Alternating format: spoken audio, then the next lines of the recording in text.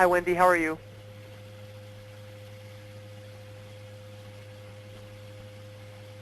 Wendy, can you hear us?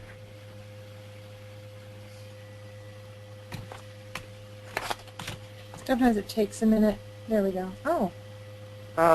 Let's see, But Wendy. Let's see. I assume you're talking, Wendy. Is that correct? Oh, unfortunately, we can't hear you. Well, let's see. Wendy, why don't you log off and then try logging back on? Would that work? And see if that helps the problem.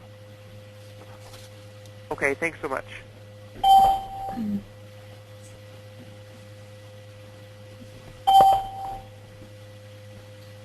Hi, Walter.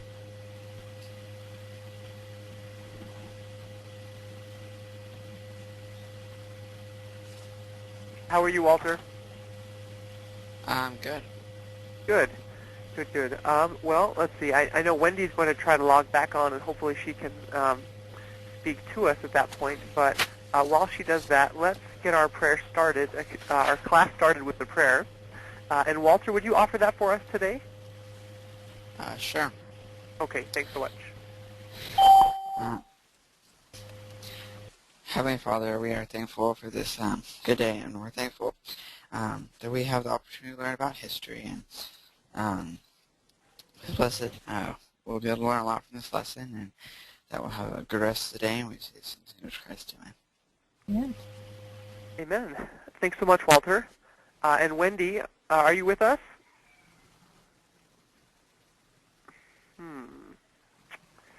Unfortunately, Wendy, we still can't hear you. Let's see. Is everything plugged in?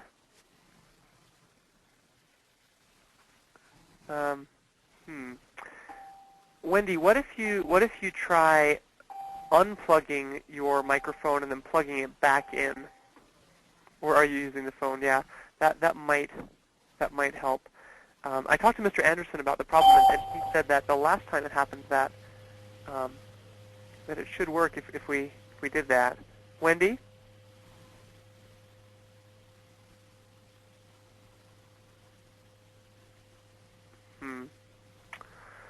Let's see. Okay, so right now, let's see here. Now she can't hear us. Uh-oh. Now I can't hear you.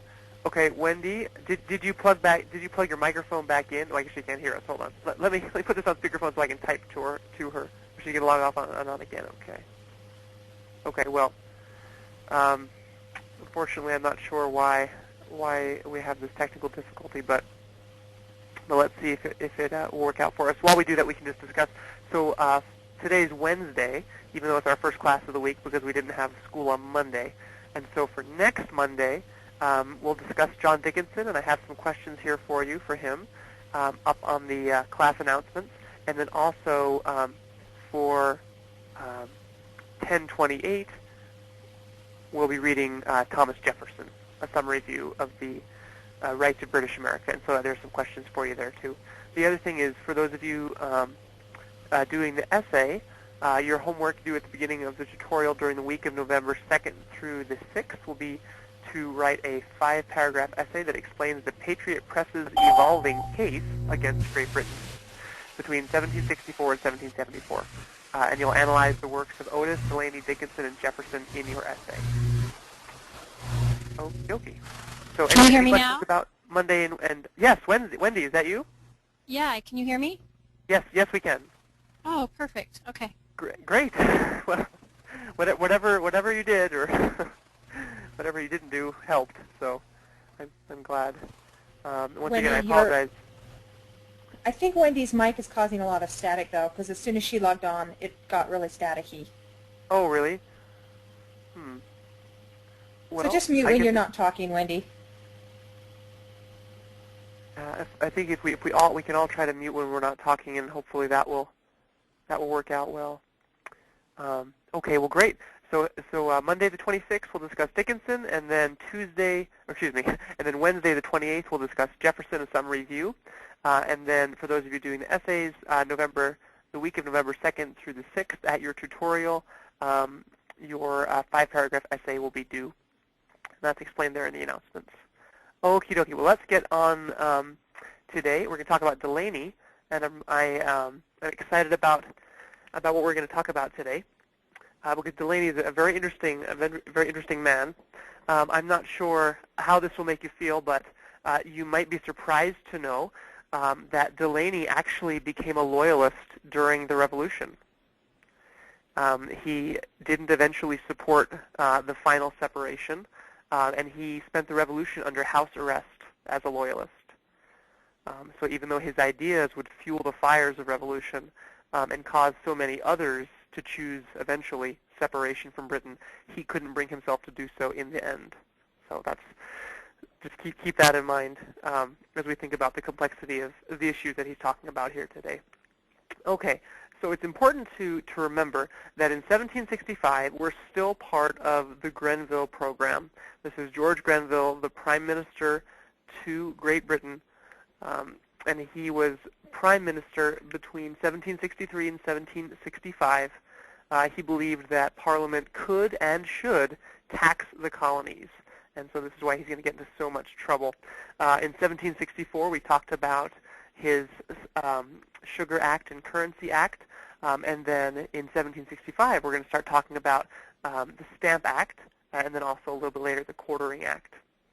And so first of all, this Stamp Act marked the British Parliament's direct taxation of the colonies. And I have a quote here from the Stamp Act in terms of, so we can figure out what it was. Walter, would you read that for us? This quote from the Stamp Act. Towards defraying the expenses of defending, protecting, and securing the British colonies and plantations in America, and whereas it is just as necessary that provisions be made for raising a further revenue within Our Majesty's dominion in America towards defraying said expenses, there shall be raised, levied, collected, and paid stamp duties on legal papers, commercial papers, liquor licenses, land instruments, indentures, cards, dice, pamphlets, newspapers, advertisements, almanacs, academic degrees, and appointments to office. Okay, thank you. So that's the Stamp Act. And so, first of all, why does Grenville explain that Britain is giving this act to the colonies? What's the purpose?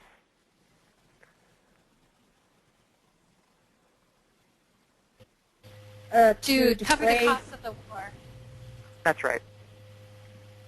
Right, so the cost of the French and Indian War, once again, we've talked about how it was extremely expensive, doubled Britain's national debt, and so here Britain's trying to say, okay, listen, we need to make some money back, and so once again, for raising a further revenue, right, within the dominions in America, towards defraying these expenses of the war.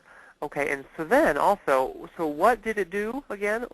Taxes against what types of things? How would you define these things listed here? What types of things are they? Like anything that was on paper, yeah. Mm-hmm. Excellent, right? So, things on paper. And so if we reason then from that information, why do you think the Stamp Act was so hated? Because you need things on paper for a lot of things. Mm-hmm.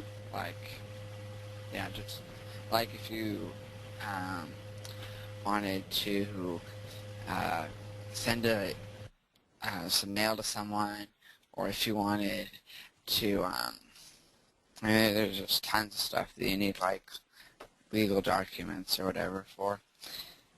So, yeah. Great, right? So lots of people needed paper, definitely. What else? If you look at the individual items listed that were taxed, what types of items were they, aside from being on paper? Instruments of business. Okay, so we're affecting business. What else? Well, freedom of speech because of pamphlets and newspapers. Okay, so you're saying we're gonna pay you for what you want to say, or you're gonna have to pay us to say what you want to say now, right? Yes, Excellent, correct. definitely. Mhm. What else? There's some items on there that, and because we live in such a sort of a tax crazy world, we might overlook this, but this is a big deal. If you notice some of the items on there and where they're used most often, and why this would bug the colonists. Just stuff that you need every day, or Mm-hmm. yeah, stuff that you need You every talking day. about the gambling stuff? Oh, perhaps gambling. But and where would you gamble? Well, I'm thinking maybe some of your leisure items, Uh-huh. like liquor, cards, dice, just things you do in your free time. Yeah, yeah. Right, look at that. Liquor, cards, dice, okay, newspapers, almanacs. If we think about those things, this is government reaching into the home, right? Reaching into private life. This is a big deal for the colonists. Now, we'll learn that this wasn't the first time this had happened, but this is the first time it had happened with Parliament doing it, and this makes all the difference in terms of who's reaching into your house, right? Is it your neighbor or is it somebody across the sea? Okay, and so as we think about this, what lessons do you think that you can learn from the Stamp Act? Are there some lessons from history here? To mind your own business? Mind your own business? Okay. Okay, good. What else? Allow people to represent themselves before you tax them. Okay, great, right? And so I love Walter bringing us back to the fact that this was done without representation, which is, okay, another huge reason why it was so hated. What do you think, Wendy? Any lessons that you learned from just thinking about these things? Well, you said that they felt that these things were reaching into their homes. So the more privacy you have to invade, the more people are going to resent the tax. Hmm? Definitely, right? And so we start thinking about, well, wait a minute, what's the purpose of government? Let's go way back to the basics, right? Back to the basics. What did Locke say was the purpose of government? To protect life, liberty, and property. Okay, and so why might the Stamp Act be harder to swallow if we think about the basic purpose of government? Because it was stretching way beyond those boundaries. It's not any of those three. It's your personal affairs. Right, personal affairs, right? I think that's really important to keep in mind. I think it's also important, too, to notice that the British government would say that, well, that can be countered by saying, well, listen, we're paying for a war that protected your life and perhaps liberty and perhaps property. And so, of course, this is within the bounds of government.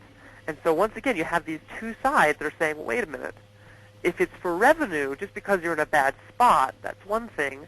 If it's really because you didn't have the money for the war, and the war was specifically to protect us, or really wasn't to protect your interests in North America, you sort of really get into looking at the intent of this. And as we'll see in Dulany's words, intent will become very important for the colonists, the intent of the British government. So let's move on here. Is there some other tax or method of paying off the war that the colonists would have preferred? Oh, that's a great question. Basically, if you think about who they would have to give money to, and the fact that they wouldn't be represented no matter what way, no, the answer probably no, unless, as we'll find out from Dulany, they could have done it in some external way. But once again, if it's for the raising of revenue, they would have had a problem with it no matter what type of a tax it was. So they gave some hard orders for the British government to fill in terms of how they felt they could be taxed. If we look at the Stamp Act, the most hated part, it was the most hated part of Grenville's program of taxation because, as Walter said, and as many of you said, right, it affected all levels of colonial society because everybody used paper, and even intruded on their private lives. It's interesting to note that the Stamp Act had been law in England since 1694. So they'd been doing this to their own people for a long time. and that colonial legislatures had had their own stamp acts. But see, this is where it comes back to, if we understand the colonial mind, the principle of the thing is so much more important than the thing itself, right? Because here we have Parliament doing it. It's not locally derived. It's not with their own representation from their own representatives at the local level. And so the colonists, right, they're so upset at it. And they bristle at this type of taxation, not only because it's without representation, but because it's something that they felt Britons didn't have a right to do for revenue. It wasn't just that they weren't represented, but it was also that it was something that was not represented, but also for revenue.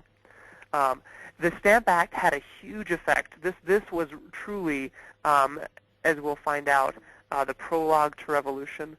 This was such a galvanizing event because it angered the most articulate and argumentative elements of society. I mean, think of it. When you start getting people angry, right, people who use paper, you're angering the printers, the lawyers, and the academics, right? The smartest and the most capable people in the colonies who have the ability to affect popular opinion very quickly through the written word. And that's what we'll see. And so really the British government unwittingly, okay, put a match into the most explosive fire that they could have picked with the Stamp Act. Well, it's interesting because, you know, on the other side of things, Grenville was thinking, listen, I'm intending this to create a stronger Britain, and a stronger Britain will equate with stronger colonies, and so we all will benefit because the empire at large will be growing stronger as the debt lessens. But the colonists saw this type of a wallet issue, right, as a question of fundamental human rights. Now, the British, I mean, they're scratching their heads over this, saying, listen, you know, at the time of this act, you're being taxed about 1% of your income for the year, while our folks in Britain are being taxed about 20%. So how could you complain? How could you possibly bring up human rights when we're just barely trying to keep the government running here? But it was more, like I said, the principle was more important. And so there's this famous quote that I'll probably bring up again and again, but it's by Bernard Bailyn, a historian who we've quoted, a historian of the American Revolution. And he talked about how the perception of reality in the colonies was so much more important than the reality. So what does that mean? And what do you think about it? That the perception of reality is more important than reality. Well, I think that holds true in every aspect of life. Mm-hmm. It's not what's really going on, it's what you think about what's going on.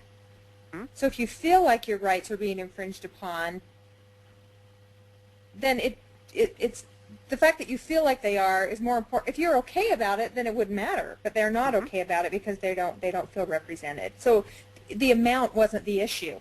It's sort of like, yeah, it's, you know, when you say about an argument, well, it's not the thing itself, it's the principle of the idea that I don't like. Mm-hmm. So we use that Definitely. same argument all the time, even today. Mm-hmm. Yeah. Well said, Heidi. Definitely. What do you think, Walter?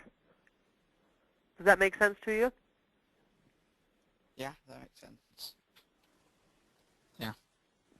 And do you how would you have felt if you were a colonist back then with these taxes, even though comparatively they were so low? But for you, how would you have felt?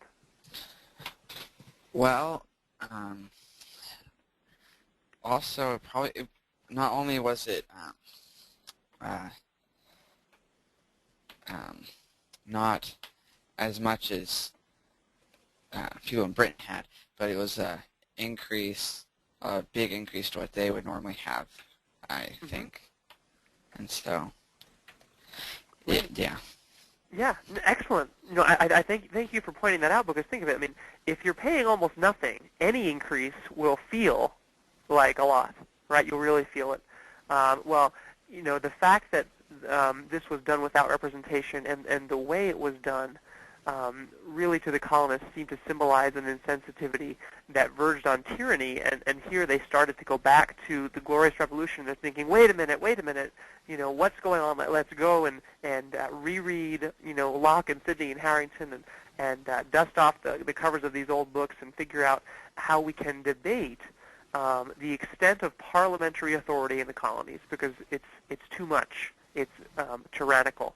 And the passage of the Stamp Act really kicked this off. It was really the time when we see the arguments of the Revolution starting to crystallize into the arguments that they would be throughout the next decade.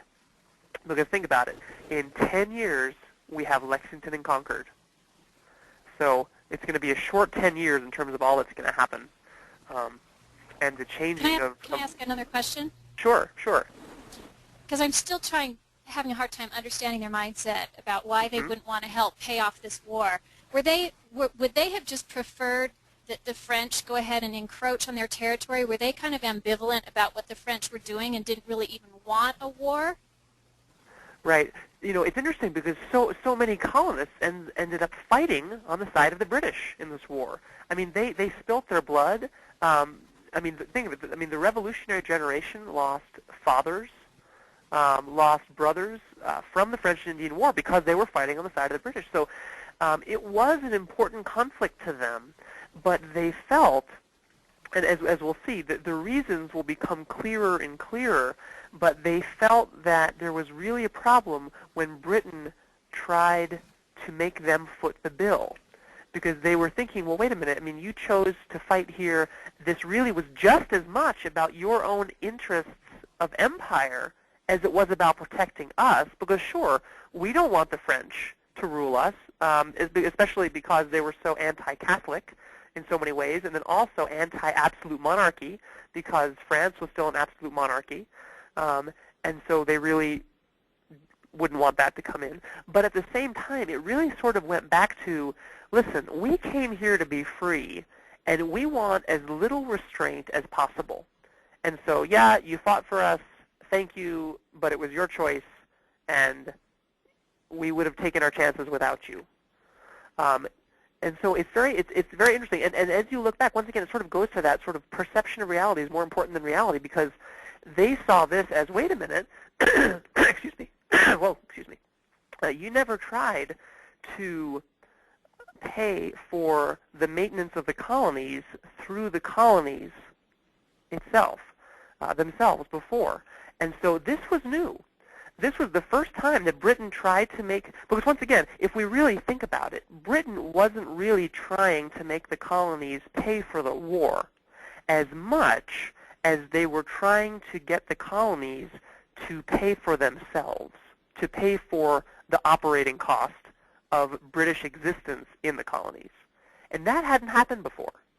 And so it was sort of one of those, is it the chicken or the egg? Would the British have said, yeah, it's high time that you start paying for us to be here anyway? Or did the war really do it? Well, for the colonists, it didn't matter, because once again, it sort of went back to that principle of, well, listen, if you want to be here, pay your own way, because we have our own colonial legislatures that are taxing us. And we're trying to be self-sufficient. And sure, we're part of the empire, but we've moved. And especially as we read Jefferson next week, we'll realize that Jefferson in many ways felt that moving to America was a state of nature experience for the colonies. It was starting things anew. And so because of that, they should choose their own government. And so they chose to keep some ties to Britain. But really, they said, wait a minute, we're taxing ourselves, we're self-sufficient here. Who are you to come in and then suddenly decide that we should start paying you when we're paying to fund our own operations here too? It's sort of like a double whammy. Does that make sense? Yeah, I guess I just have a little problem seeing, I don't know, I see it as a little bit of ingratitude. If they wanted France to lose that war, I do sense a little bit of ingratitude. Yeah. Well, and to tell you the truth, looking at it, certainly from our vantage point, I can see the same thing. And there's so many historians who say, the Americans were some of the freest people in the world, and some of the least oppressed, but yet here they are talking about tyranny and oppression and the evils of the empire, and sort of to a modern-day observer, especially with the taxes that we pay, we're thinking, wait a minute, 1%? What's the big deal? Sure, go to 2 or 3%. And even that I can understand as long as they had no stake in who won that war. But I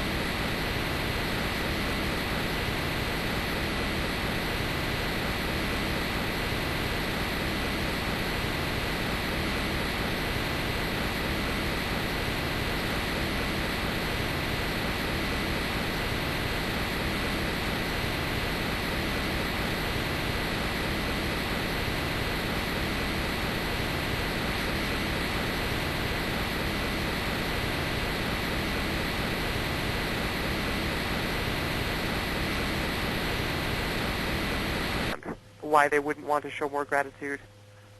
Well, okay, as we look here, because we're going to move to Dulany, you know, basically the Stamp Act led to 4 different types of protest.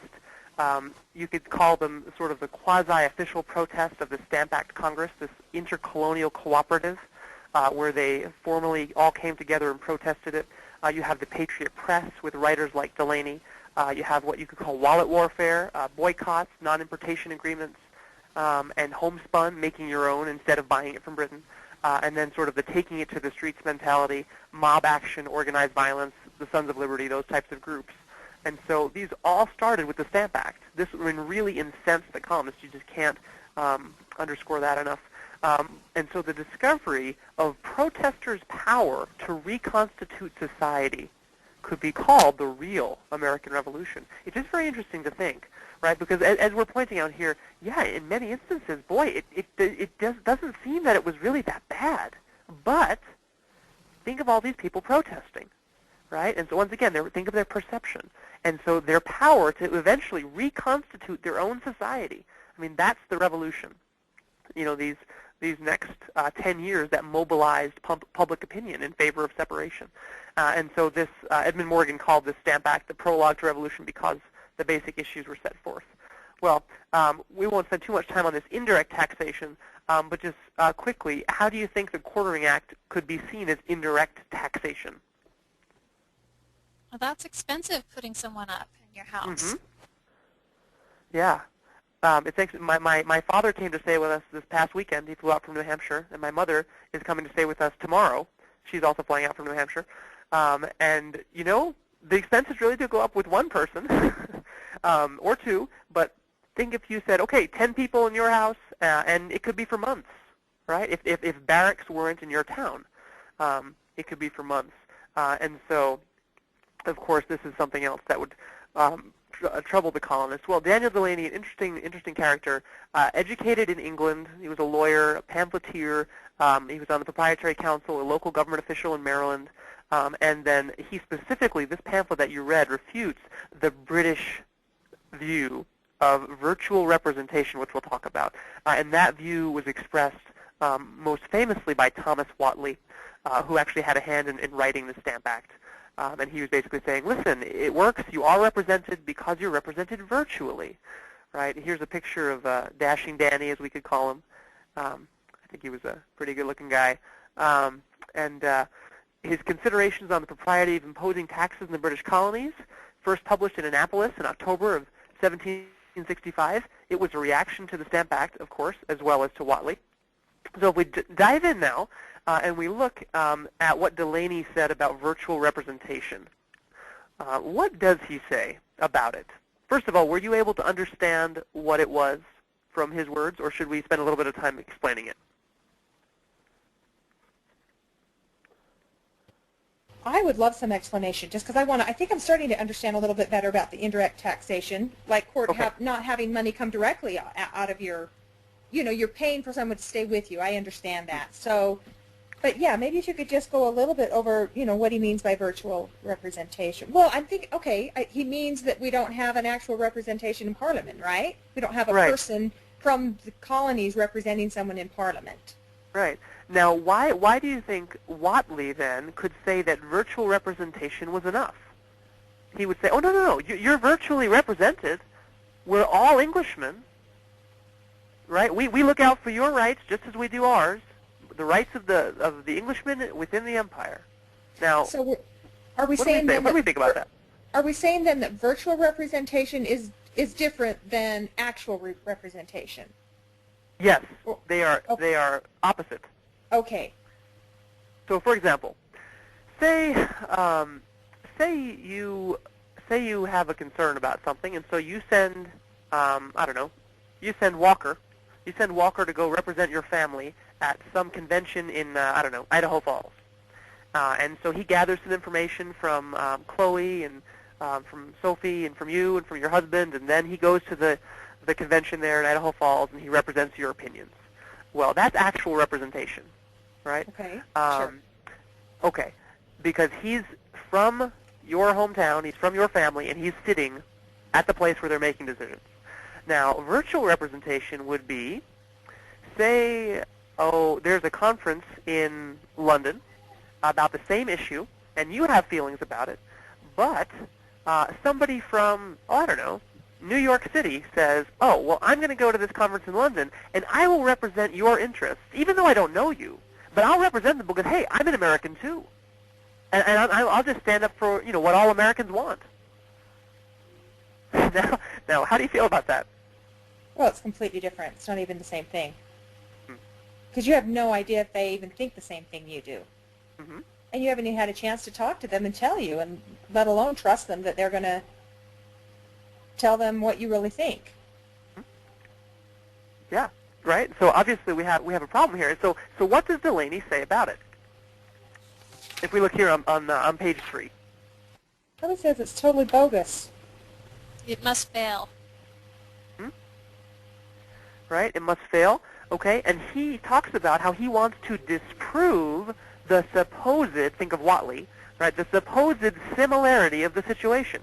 He's saying, listen, virtual representation may work in England, but it certainly doesn't work for the colonists being represented in England, just because you happen to be within the empire and I happen to be within the empire, right? So his whole purpose in writing this, at least from the start, will be to disprove what Whatley was saying about virtual representation, about how it's similar between those who are virtually represented in England and those who are virtually represented in the colonies. And so if we look then, go ahead. I have just got another question when you're done. Oh, okay. Yeah, please go ahead. The first full paragraph on the top of page 4, who Yep. are the non-electors, the electors, and the representatives? Which of those are members of Parliament that can actually representatives. vote in Parliament? Only the representatives. Okay. Yep. And So the electors are the people in Britain who vote for the representatives, and then I'm guessing, and then non-electors are who? The women? So non-electors are, so think of anyone who can't vote for a representative. Anyone who would not be considered an women elector. and children, or people out of the country. Right. And basically what the British said is that all of them are virtually represented. They're saying, look at all the people who we already virtually represent, and we do a good job of it. So what's your problem? But, Dulany is going to say, listen, there's a huge difference. And so if we look then on page 4, and we look at the first two full paragraphs, right? What does he say about why virtual representation works in England? I think because go ahead, Heidi. I was just going to say because they're completely connected to their interests. They have the same, they want the same outcome. Mm-hmm. Definitely right. And can you point to a specific line or set of lines that spells that out for us? Well, the first sentence in the second paragraph, it says, the electors who are inseparably connected to their interests, in their interests. Mm-hmm. And also the one that says that their oppression will fall also upon the electors and the representatives. So if you did something that negatively affected your people, the oppression is felt in Britain, but you don't know whether your vote ends up turning into oppression over in the colonies. Excellent, right? Excellent. That's so important for Dulany. He's saying, listen, I can see why, Mr. Whatley, okay, if you have someone in England and that person wants to vote to raise taxes 10%, well, that person will live with those consequences and will feel what 10% of an increase in taxation feels like, right? Just as the non-electors will be able to feel that increase in 10%. Okay, but there's a big difference when an increase in taxation somewhere else doesn't affect you, but yet you're still voting for it willy-nilly, right? Because you can't feel what that's really like, or if it's fair or unfair. And so I love how, right, their interests are tied together. Basically, they stand together and they fall together, right? I love the line that says, this is in the middle of that big first paragraph, the one cannot. I'm not sure if you see that there. It's maybe like 5 or 6 lines from the bottom. The one cannot be injured and the other indemnified. Right? So what you do to the non-elector, you also do to yourself. So therefore, right, virtual representation can work. Now, if we think about it then, and also there's actually just another practical reason. What would the practical reason be? In terms of thinking about interests and why they're because they won't get reelected. Well, were they reelected? I'm thinking they couldn't get reelected, but maybe they were more appointed than they were elected. They just don't there were share the elections. same interest. Share the same interest, and if we think of this is something that is very basic that I think sometimes it's easy to forget, but think about distance. If you think about the distance of the electors and the representatives in England to the non-electors, and then you compare that distance with the distance across the Atlantic to each of the different 13 colonies, right? I mean, think about it. If a church burns in the colonies and you had to go across to talk about the burning of that church and how we need to raise funds or whatever, you know, it would take you about 2 months to get there, and then about 2 months to get back, let alone all the time in Parliament that it would take for you to actually represent yourself and ask for an increase in whatever, or whatever remedy you want to the problem. So by the time you get back, you're over 2 months. So just distance alone, they're saying, yeah, it's one thing to represent your neighbor, because you know pretty well what your neighbor's feeling. But it's another thing to presume that you can represent a people on a different continent, just because you have the imagined community of being in the same empire. Right? Okay, so if we look here then, why does Dulany say that virtual representation does not work in the colonies then? If we look on the bottom of page 4, paragraph 4. You mean the fact that it says it causes a mere cobweb spread to catch the unwary and entangle the weak? That's one of the results of it. Sorry, that's the bottom of page 3. Sorry. If we look at paragraph 4 on page 4, it says that there's not that intimate relation between the two, and that also they wouldn't not a single elector in England would be immediately affected by a taxation on the colonies. Hmm? Excellent, right. That's exactly it, Wendy, and I appreciate your good reasoning there. I love how Dulany points out that there is not that intimate and inseparable relation between the electors of Great Britain and the inhabitants of the colonies, which must inevitably involve both in the same taxation. And so once again, Walter, how would you feel if somebody in, I don't know, the Congo was able to raise your taxes over and over again without feeling the same increase in taxes themselves? How would that make you feel? Well, I think that would kind of make me kind of mad, maybe, because they're just like... Another ninth grade student in Moscow, Idaho, Walter, St. Pierre. And why so, Walter? Well, just because they're just out there somewhere. They're not really, I don't know, you don't know who they are. And they don't get the same taxes raised, and so it's just, yeah. Yeah, excellent reasoning, right? If we look here, let's try to relate this to ourselves. How do you feel about the following statement from an imaginary colonist? Here's the statement that I've made up for you. We're not represented in the British Parliament, nor can we be. So all direct taxation should come from where we do have a voice, our own colonial legislatures. How do you feel about that? I think it's the way, that's what caused the whole revolution, really, is that we said, you don't represent us, and we're gonna create a government where we are represented.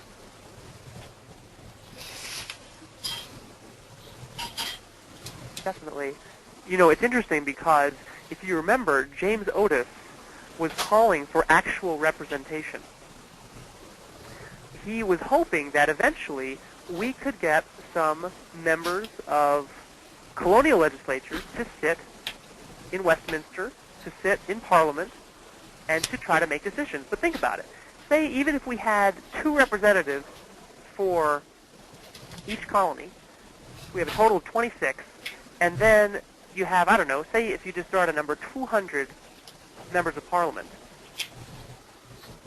What's the problem with that, even if you do have some actual representation?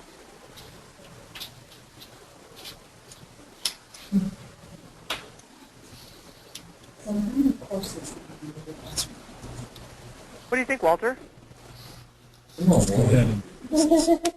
Well, you're outnumbered, so you can't really have say anything, and it wouldn't really matter that you have your representatives because His lessons have been excellent. And you he does a wonderful job of following these 4 principles of helping the students research original source documents, Lawson's, Montesquieu, Blackstone. Thank you for that, Walter. You know, I do think it's very interesting because basically the London interests would win every time, and so it wouldn't work. And so, if we think about that, it's important to recognize the significance of Dulany's considerations here. It was significant, this pamphlet, because it was the most famous and effective of the anti-virtual representation pamphlets. And it also best reflected the American position, which we can see because the Stamp Act Congress, remember that quasi-official protest, sided with Dulany and not Otis in advocating that Americans just tax themselves because neither virtual nor actual representation would work in Parliament. And so Americans never tried to have actual representation in Parliament. They realized that it wouldn't work, it would be ineffective, it was too far away, they would never be able to have votes that counted anyway, and so they just started calling for the ability to tax themselves, which is important to note. And so Dulany would win that battle in terms of whether they have actual representation or not. Well, if we go back to our 4Ring process, and we is anyone having trouble hearing besides me? We have many. Let's see. If we're having trouble hearing, could we mute if we're not talking? Can we all try that, please? I think Mr. Anderson is having a conversation that I'm hearing. Oh, you can hear a conversation? Yeah, I think Okay. I can hear Leland Anderson. And they're using connections. Oh, okay. Let's see. I do know Mr. Anderson? About him, so I have no opinion. Other than this 12-year-old boy Hello, Mr. Anderson. is so proud to share this writing assignment with me. Well, let's. Hopefully, we can all try to mute when we're not talking. He's being challenged like he was never challenged in the public schools, and I've always felt like. And I apologize if there is some background noise there. Am I the only one hearing the conversation between Leland and another woman? No, I hear. Mr. Anderson? Well, and Excuse me, Mr. Anderson? so they, Excuse me, Mr. Anderson? that is a great question. I'm going to show you a couple of these right here.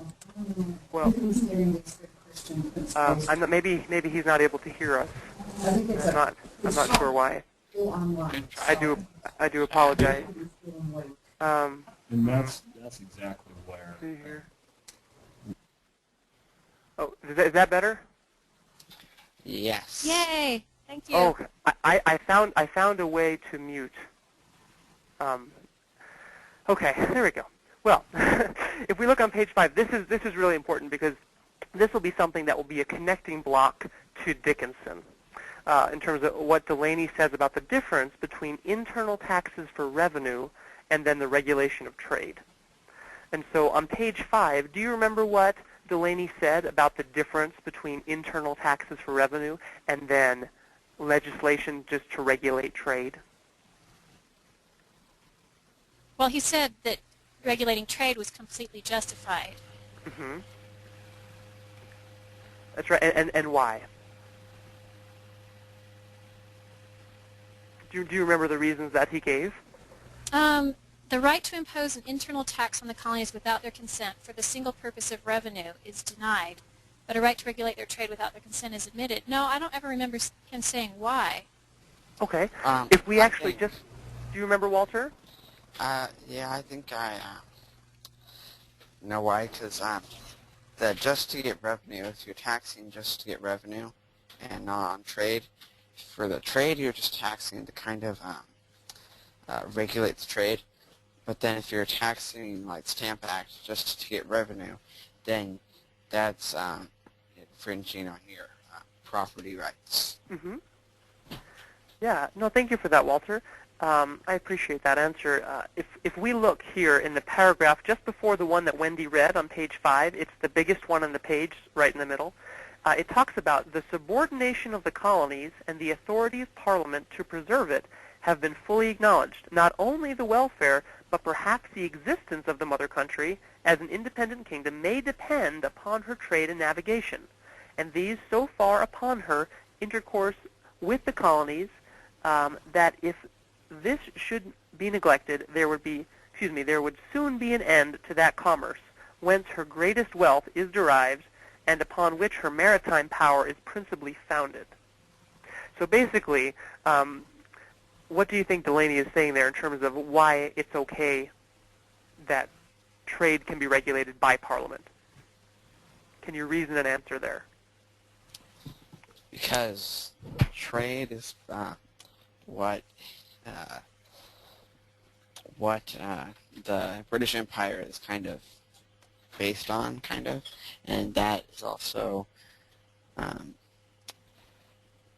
yeah, that's the main reason. Mm-hmm. Just Is he saying kind of the basis?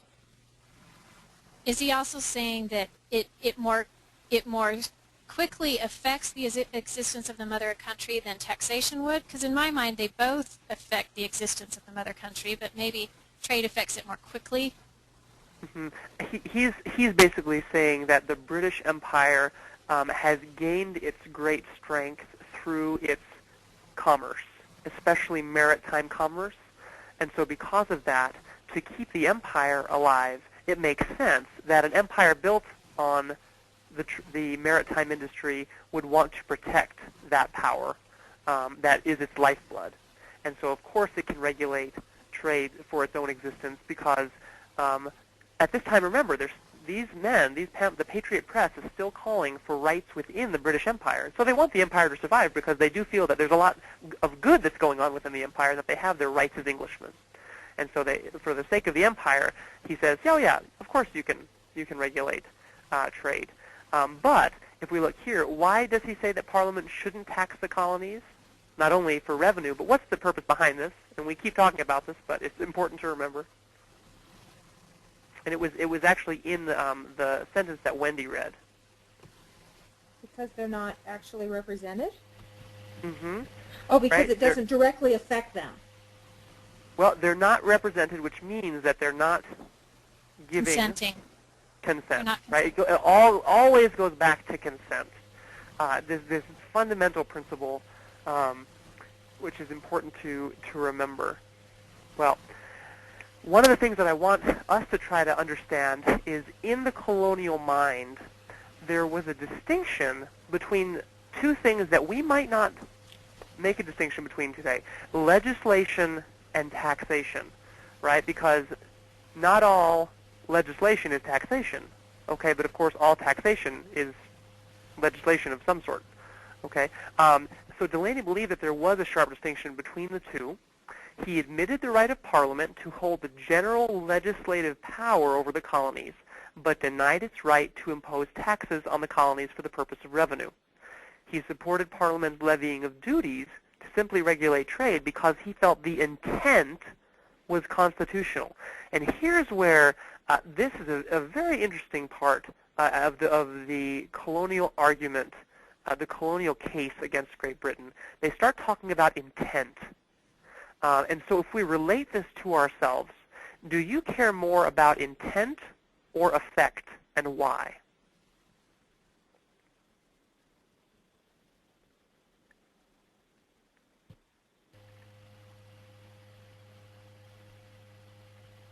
I don't think you can separate them.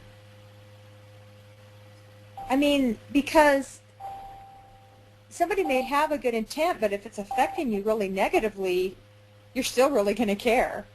Mm-hmm. I think it depends on the level of the people you're dealing with. If they're terrestrial people, then I'm looking at effect. If they're celestial people, I'm looking at intent. Mm-hmm. Yeah, I appreciate that from both of you. I mean, for me, I think if a man were to come into my house because he was angry at me and spill ink all over my new carpet, boy, that would really bother me, right? Because of both the intent and the effect. But if my little daughter Mia, who's not even 2 yet, were to spill ink all over the same carpet and have the same effect, right, of course, I would look at the intent and say, well, obviously she's not trying to harm me. She doesn't realize that carpet costs a lot of money and, you know, that she's ruining it, and she's just, you know, clumsy or a little mischievous. And so, you know, there can be a difference there. But keep in mind that what you'll see over and over again in these pamphleteers that we're reading is they'll stop talking as much about the effects because they're saying, listen, hey, remember, we have our own stamp taxes through colonial legislatures, right? We've had the same effect. We've taxed ourselves that way before, but what's the intent? Are you intending to do it without us consenting, without representation? Are you intending to do it for revenue alone? I think I have to say that as far as the government is concerned, Mm-hmm. I just assume that their intent isn't going to be good, and so I'm Okay. concerned about the effect. Uh-huh. Because somebody might say, oh, well, this person has really good intent, and I'd say, yeah, but look at their, you know, it's kind of by their fruits ye shall know them. What is the effect? Mm-hmm. Because that's, I think, in a sense, sometimes the effect tells you what their intent is. Yeah, no, I appreciate that, and I think it's an important piece of this puzzle to keep in the back of our minds as we continue to read here. Well, just as to wrap up, then remember that as a result of Dulany's ideas specifically, because this pamphlet was so widely influential, colonists felt that there was a difference between internal taxation and external taxation, this regulation of trade. That internal taxation was bad, and that external taxation was okay. And I want you to keep that in mind, because as we read Dickinson, Dickinson will go a step further. So instead of internal taxation bad, external taxation okay, we'll see that there's a new argument. And so reading for Monday, make sure that you read Letters from a Pennsylvania Farmer. I have some questions there online for you to guide your reading. Letters 2, 4, and 7. And then, like I said, please note how this argument differs from Dulany's and moves the colonies one step closer to separation. Even though at this point they didn't know they were calling for separation, they were just calling for more rights within the empire. But in hindsight, we'll see how these arguments are slowly but surely, step by step, moving the colonies towards separation. Well, thanks so much for a great class today. Hopefully it was informative, and I look forward to talking about Dickinson with you on Monday. Okay, thank you. Okay, take care. Thank you. Bye. Bye-bye.